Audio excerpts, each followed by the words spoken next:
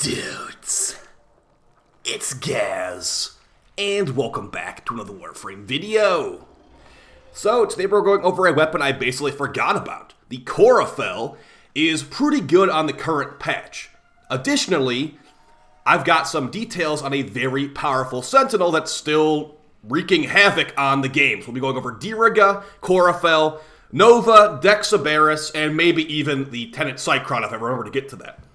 So, lots of builds to go over today. Make sure you're subbed to the channel before we get over this stuff, because I'm doing daily Warframe YouTube videos on this channel, build videos, discussion videos, news videos, all that kind of stuff. And yeah, I will be covering the new dev stream on Friday, going over Infested Liches and maybe even more. So, yeah, you're in the right place for Warframe content. Appreciate all the support, guys.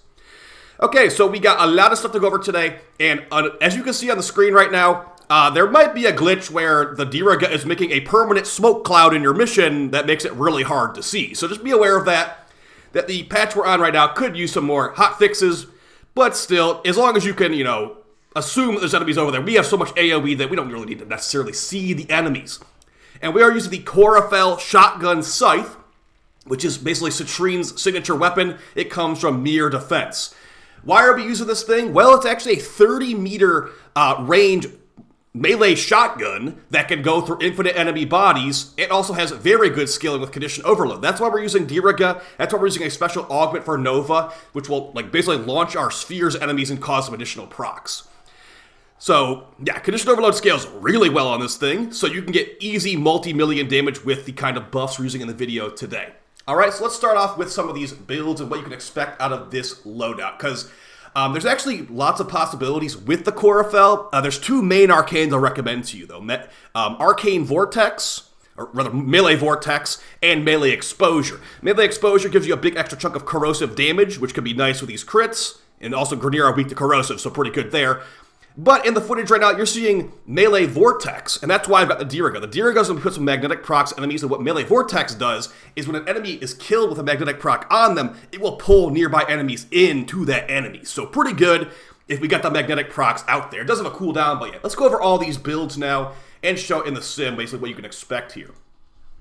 Alright, so here we are in the sim. I'm going to just quickly show how this goes. So I'm going to summon in some level 225 Exo Gok stands. Now, we do have Nourish on here. The orbs of Nova are going to be actually doing viral with Nourish, which is pretty nice. So we just go ahead and launch the orbs. Look at all those procs. And they're basically just going to be dead after that. So very easy stuff. Of course, I didn't even throw Nova's debuff on there, but if we did, 24 million, 12 million, you see the situation here. So yeah, new Galvanized mods make this pretty good. I've also got the Dex Sybaris on here too. Someone recommended in the comment on my Sybaris video to try a gas Dex Sybaris build, and I have been trying it out. It's pretty good with Nova, as she does double the damage of those gas procs. And also, I actually did some nerd math here, and we have a lot. We have 400% multi-shot on this build currently with all the mods we stacked up. Also, you can see that permanent gas cloud from our setup. So, what are we doing with these loadouts and builds? How can you replicate this kind of stuff for big damage and fun hallway clearing with these weapons? So let's start from the top. We got Nova here. Now, compared to my previous Nova video, I decided I didn't need a purple equilibrium shard anymore. So I've gone for 3 power strength shards on Nova. That's the only power strength we have in our entire build is these. And we have 2 casting speed shards to make that M prime ability go a lot faster. Not to mention her first ability, Null Star. It does have a 2.5 second lockout compared to the previous patch, but yeah, you do want to get those procs out pretty quickly. As the Nourish cast time is also pretty quick with this as well. You could technically throw out your antimatter drop. The Corufell is quite good for charging the antimatter drop, but we do so much AoE, you don't really need this necessarily. You could put the portals on there instead if you wanted to. So yeah, for Nova, the build is going to be not a level 10,000 build. This is a build meant for like normal levels pretty much. And as far as what we've got on here, we've got Prime Redirection and both the shield regen mods making it where we're pretty tanky. And since all the enemies will be either slowed down or just dead, we don't really need to worry about Rolling Guard. If you want to go for really high levels, you could put Rolling Guard on here, but I don't currently have it on here. Brief Rest, whenever we cast the ability, we get some shields back. Really good with that high energy cost 4th ability. Prime Sure-Footed, not to get knocked over. And yeah, Neutron Star. So this did get changed. It's a different augment compared to before. Particles deal heat damage with a guaranteed status effect in 8 meters. That's all we really care about. but on recast, the particles will seek out enemies as well. It also provides some blast procs sometimes too. So basically a free couple of procs for our Corufell to do big damage. That's the main reason we get on here. It can actually kill enemies too. It's affected by Vigorous Swap. But yeah, it's got a 2.5 second lockout, so I don't really recommend using Neutron Star to nuke, although you technically could. We got Prime Continuity. The more duration you have, the more orbs you get, and the more power strength you have, the more DR each orb gives you. So we got 7% DR per orb, and this does work on shields now, guys. People are trying to tell me it doesn't work on shields. You need to read the patch notes. It works on shields now, the DR of this. So our shields are very tanky. With all this regen, it's pretty hard to die.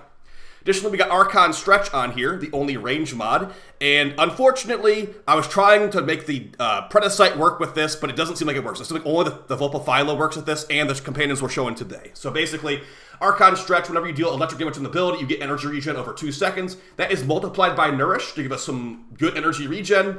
We also got Prime Flow on here. Technically, Nova has a high energy pool, so you could take this off for something else if you wanted to, because we regen a lot of energy with this build. But it just feels wrong to take out Prime Flow most of the time. But yeah, you have plenty of options you do want to replace with something else, like maybe another range mod, or maybe another power strength mod, or whatever you feel like.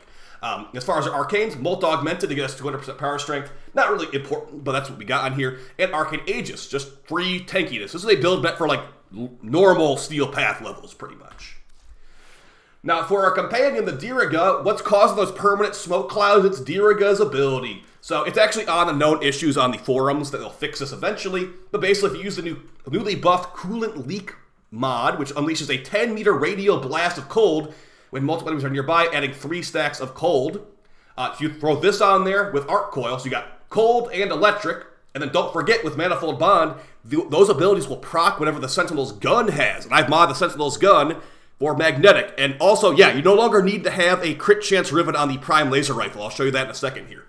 I don't even know what to do, but honestly, I don't even know what to do with my Prime Laser Rifle or Riven anymore. It doesn't even feel like it's worth having anymore. But yeah, for the build on Diriga, we have Synth Deconstructor here. This is for Equilibrium frames, so if I put Equilibrium on my Nova, I'd have constant energy, but I didn't really feel like putting it on her because we're already good on energy already. So yeah, this would technically be pretty good on other frames, like a lot, so keep that in mind. But as far as the rest of the stuff, Guardian to get that full shield restore if our shields ever break, which hardly ever happens. Prime Ammo Instant to see where the enemies are coming from, because we're killing a lot of enemies with this build. And Tenacious Bond to get more crit damage on our frame. Our Corufell enjoys that quite a bit, as does our Dex Sybaris. And Momentous Bond, if the companion dies, you kill some Xmas that's back from the dead really quickly. Also, Prime Regen helps with that too. Yeah, so the Prime Laser Rifle can now hit 50% crit chance for Tenacious Bond with no Rivet. That is a change they made as of the Koumei and the Five Fates update. So the build... Again, I might just delete this Riven right now because I don't think I need this Riven anymore for anything involving the Prime Laser Rifle. But yeah, as far as our build on here, we've got Point Strike, and we've got the thing built for magnetic, heat, and radiation. You could easily make it viral radiation heat, but for the purposes of Arcane Vortex, I want to have magnetic from this, and I'm not proccing magnetic from any other sources normally. So there you go. Also got some Vigilante mod. I got a Vigilante mod here to buff our Dex Sybaris sometimes. And Arrow Periphery is a flex slot. This is basically used for Crescendo, but now that the enemies are so much weaker with these Galvanized mods, I might not be using Crescendo as much going forward. So you can put another Vigilante mod there if you wanted to. But I think we already have that Vigilante mod on our build. So yeah, any other Vigilante mod would work. Also, Shivering Contagion. Since we are proccing cold, those cold procs are going to be spread even further because Shivering Contagion is a good mod. So yeah, no Rivet needed anymore, guys. It's pretty nice. And yeah, this thing is probably the best because it has Impact, Puncture, Slash, and whatever you mod on there is going to be all from Diriga. So you have so many procs. It's kind of gross how many procs we got. It's like 2 rows of procs. All right, let's move on to the weapons now. Now, this is the Corufell. I know it might not be called the Corufell right now, but trust me, it's the Corufell. It says it right there. It's a heavy scythe gun blade that has 30 meters of maximum range. It does have damage fall off the further the projectile goes, but don't worry about that. We're doing so much damage, it hardly even matter.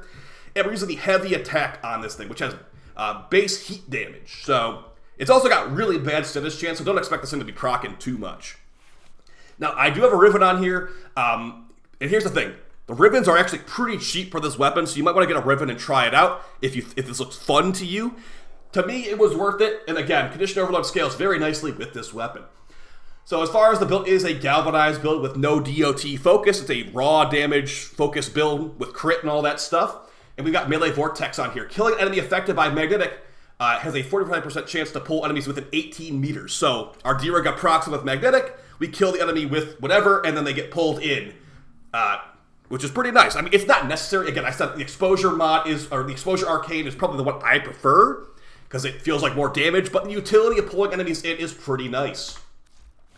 So yeah, that's coming from mere defense, unfortunately, so keep that in mind when you are farming for this. That is a not great mission. We got Galvanized Steel for more crit damage and crit chance, and Galvanized Reflex for perma 5x. Now, we are not really getting red or orange crits on this thing. Sacrificial Steel would get you to those, but yeah, as long as you're okay with yellow crits, this is pretty much a guaranteed crit in every shot, and it's pretty hard-hitting crits at that. I was going to try out Tennokai on this thing, but it just doesn't seem necessary, so I put on Dispatch Override for increased movement speed on heavy attack hit, which will be basically all the time. As far as the Dex Sybaris, compared to my previous video, I use the Dex Sybaris quite often, but yeah, I'm trying on a gas damage build right now, and again, I say it's so much multi-shot. We've got the Blazing Barrel perk here, giving 50% multi-shot. We've also got Extended Volley, because this thing has good recoil control. It does not need the recoil reduction in Karnan. We're giving us increased base magazine capacity, and Survivor's Edge giving us hybrid stats. So this thing is really good with Nova, because Nova has this damage doubling stuff, and we're also putting Viral procs on with Nourish Orbs. This could get the damage out there for sure. No Bane mod right now, because, you know, I just go between different missions. But yeah, with Vigilante Armament and a multi-shot Riven and Galvanized Chamber, you have over 40% multi-shot. And yeah, Blazing Barrel as well. So that's pretty nasty, because like this thing has Force Blast. So the more multi-shot you have, the more Force Blast you're getting, and the more you're going to be detonating enemies. If you don't have a Riven for this, you probably should get one, because they're pretty easy to get, and there's a lot of them out there. You can put Hammer Shot there instead if you wanted to. You'll lose a ton of multi-shot. And actually, you want to put out a heat mod there too. So yeah, put out a heat mod to replicate the gas build. Maybe like thermite rounds. But yeah, thermite rounds would be great. But yeah, that's not what I'm showing today. I'm just showing like the possibilities of this stuff. And it's a DOT focused gas build. Let's go ahead and show this how this works in the sim here with the Dex Sybaris. So keep in mind, you can put Viral on the Diriga if you prefer, but we got Nourish for Viral, so who cares about that?